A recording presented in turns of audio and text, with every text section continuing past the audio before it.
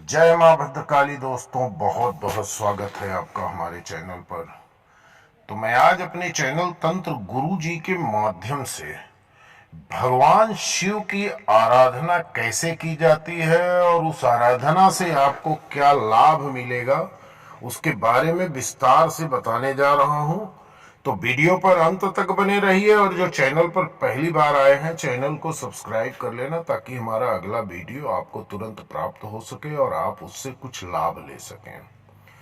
भगवान शिव यानी कि प्रकृति प्रकृति की पूजा करने से मनुष्य के शरीर में एक ऊर्जा मिलती है और उस ऊर्जा का जो सदुपयोग किया वो भगवान हुआ, पूजनीय हुआ। जो दुरुपयोग किया वो निंदनीय हुआ। भगवान शिव की यानी प्रकृति की पूजा राम ने भी किया और रावण ने भी किया। राम उस पूजा से प्रकृति के द्वारा यानी भगवान शिव के द्वारा जो ऊर्जा, जो शक्ति प्रभु राम को मिली उसका उन्होंने सदुपयोग किया, इसके लिए वो पूजनीय है। और रावण ने उस ऊर्जा, उस ताकत का दुरुपयोग किया, इसके लिए वो निंदनीय है। तो दोस्तों, भगवान महादेव जी या श्री शिव की महिमा अपरंपार मानी जाती है। ऐसा कोई मनुष्य नहीं जो महादेव की पूजा करने पर सुखी नहीं हुआ हो। इस सृष्टि का निर्माण भगवान की, शिव की इच्छा मात्र से ही हुआ है। इनकी भक्ति करने वाले व्यक्ति को संसार की सभी वस्तुएं प्राप्त हो सकती हैं। शिव जी अपने भक्तों की समस्त मनोकामनाएं पूरी कर देते हैं। शिव पुराण के अनुसार नियमित रूप से शिवलिंग का पूजन करने वाला व्यक्ति जीवन में कभी दुखी नहीं रह सकता है।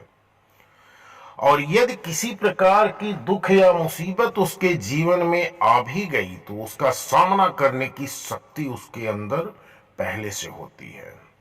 शिव पुराण एक ऐसा शास्त्र है जिसमें शिव जी और सृष्टि के निर्माण से जुड़ी रहस्यमयी बातें बताई गई हैं। इस पुराण में कई चमत्कारी उपाय भी बताए गए हैं जो हमारे जीवन की धन संबंधी समस्याओं को खत्म करते हैं, साथ ही अक्षय पुण्य भी प्रदान करते हैं। इन उपायों से पिछले पापों का नाश होता है और भविष्य सुखद बनता है। तो उपाय क्या है आप लोग को मैं बताने जा रहा हूं। संतान प्राप्ति के लिए कच्चे दूध से शिवलिंग का अभिषेक करें। निरोग रहने के लिए यदि आप किसी बीमारी से ग्रसित हैं, आपका कोई परिवार बीमारी से ग्रसित है, तो आप जलधारा से अभिषेक करें।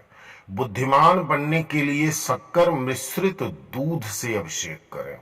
शत्रु पर विजय प्राप्त करने के लिए सरसों के तेल से शिवलिंग का अभिषेक करें। आजीवन आरोग्यता के लिए देसी घी से अभिषेक करें और सभी मनोकामनाओं की पूर्ति के लिए दूध से अभिषेक करें। तो दोस्तों, सावन के महीने में भगवान शिव की उपासना से वे अति शीघ्र प्रसन्न होते हैं। आपको सभी परेशानियों से निकालने की शक्ति भोलेनाथ रखते हैं। भोलेनाथ को जपने से समाज में आपका मान सम्मान बढ़ता है।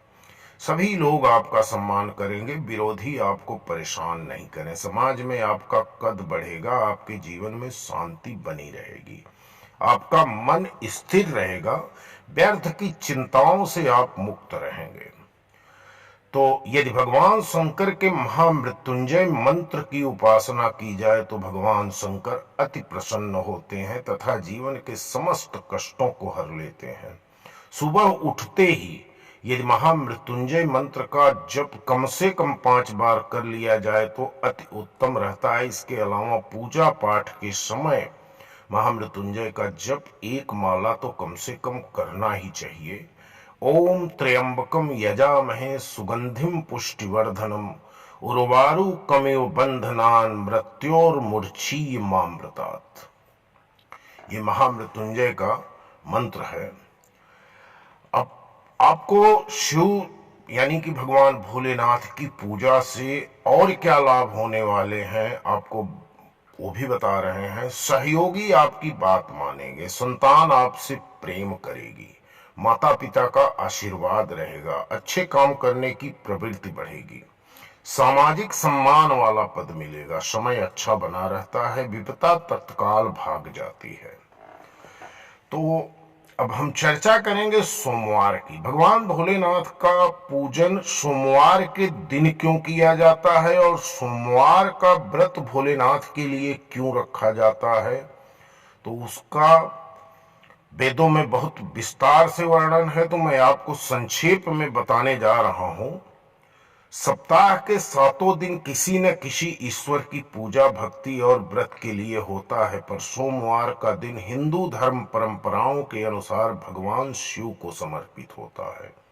माना जाता है कि शिव जी की भक्ति हर पल ही शुभ होती है। सच्चे मन से पूजा की जाए तो शिव अपने भक्तों पर जल्द ही प्रसन्न हो जाते हैं। तो क्यों सोमवार को ही शिव जी की पूजा करना अधिक लाभदायक होता है, आइए इस बारे में हम आप लोगों से चर्चा करते हैं। सोमवार के दिन रखा जाने वाला व्रत सोमेश्वर व्रत के नाम से जाना जाता है। इसके अपने धार्मिक महत्व होते हैं। इसी दिन चंद्रमा की भी पूजा की जाती है। हमारे धर्म ग्रंथों में सोमेश्वर शब्द के 2 अर्थ होते हैं। पहला अर्थ है सोम यानी चंद्रमा, और चंद्रमा को ईश्वर मानकर उनकी पूजा और व्रत करना सोमेश्वर शब्द का दूसरा अर्थ है। वह देव जिसे सोमदेव ने भी अपना भगवान माना है, उस भगवान की सेवा उपासना करना, और वह देवता है भगवान शिव यानी कि भोलेनाथ। पौराणिक मान्यता के अनुसार इस व्रत और पूजा से ही सोमदेव ने भगवान शिव की आराधना की, जिससे सोमदेव निरोगी होकर फिर से अपना सौंदर्य पा गए। भगवान शंकर ने भी प्रसन्न होकर दूज यानी द्वितीया तिथि की चंद्रमा को अपनी जटाओं में मुकुट की तरह धारण किया है। बहुत सारे लोगों के दिमाग में ये सवाल उठ सकता है कि जो भोलेनाथ के माथे पर या उनकी जटाओं में जो चंद्रमा है वो किस तिथि की चंद्रमा है। तो आप लोगों की जानकारी के लिए ये मैं बता दे रहा हूं, शुक्ल पक्ष की द्वितीया की चंद्रमा भगवान भोलेनाथ की जटाओं का श्रृंगार है। यही कारण है कि बहुत से साधु संत और धर्मावलंबी इस व्रत परंपरा में शिव जी की पूजा अर्चना भी करते आ रहे हैं, क्योंकि इससे भगवान शिव की उपासना करने से चंद्रदेव की भी पूजा हो सक जाती है। धार्मिक आस्था व परंपराओं के चलते प्राचीन काल से ही सोमवार व्रत पर आज भी कई लोग भगवान शिव और पार्वती की पूजा करते आ रहे हैं, परंतु यह चंद्र उपासना के साथ भगवान शिव की उपासना के लिए भी प्रसिद्ध है। इस पूजा करने से सुख और मनोकामनाओं की पूर्ति मिलती है। तो दोस्तों, भगवान भोलेनाथ एक ऐसे देवता हैं जो अनंत और अलौकिक हैं, और भगवान भोलेनाथ की पूजा तो सभी देवी देवता, सारी शक्तियां, जितने भी देवी देवता, हिंदू धर्म के 33 करोड़ देवी देवता भगवान भोलेनाथ की पूजा करके ही खुद को प्रभावशाली और ताकतवर बनाए हुए हैं, और उनके अंदर प्रकृति से एक पावर आया है, एक ताकत मिली है, जिसका वो लोग उपयोग करके और पूजनीय बने हुए हैं। तो दोस्तों, इसी के साथ वीडियो समाप्त कर रहा हूं। ये वीडियो पसंद आएगा तो एक लाइक एक कमेंट जरूर करना। या चैनल पर पहली बार आए हो तो चैनल को सब्सक्राइब करके घंटी की बटन दबाना, ताकि हमारा अगला वीडियो आपको तुरंत प्राप्त हो और आप उस वीडियो से लाभ ले सकें। धन्यवाद। जय मां भद्रकाली।